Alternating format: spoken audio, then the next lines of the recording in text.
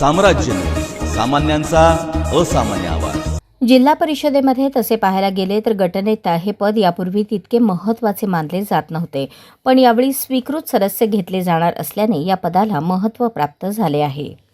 जिल्हा परिषदेत 68 सदस्यांचे राजकीय बलाबल पाहिले असता सत्ताधारी भाजपचे 38 सदस्य आहेत। त्यानंतर शिवसेना 8, राष्ट्रवादी काँग्रेस अजित पवार 11, शरदचंद्र पवार राष्ट्रवादी काँग्रेस शेतकरी कामगार पक्ष असे सदस्य आहेत। भारतीय जनता पार्टीच्या गटनेत्या म्हणून करमाळ्याच्या रश्मी बागल यांची सोमवारी निवड झाली।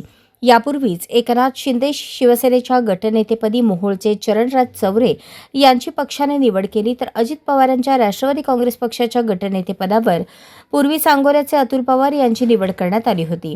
तसे 10 जणांच्या सहीचे पत्र गटनेता म्हणून जिल्हा प्रशासनाला देण्यात आले होते, परंतु काही दिवसानंतर मोहोळचे माजी सभापती विजयराज डोंगरे हे जिल्हा परिषदेतील राष्ट्रवादीचे गटनेते म्हणून प्रदेशाध्यक्ष सुनील तटकरे यांनी पत्र काढले। त्यामुळे गटनेते पदावरून राष्ट्रवादी काँग्रेसमध्ये राजकारण पेटले। असलेल्या 11 सदस्यांमध्ये गटनेते पदावरून गटबाजी उफाळली असल्याचे पाहायला मिळते।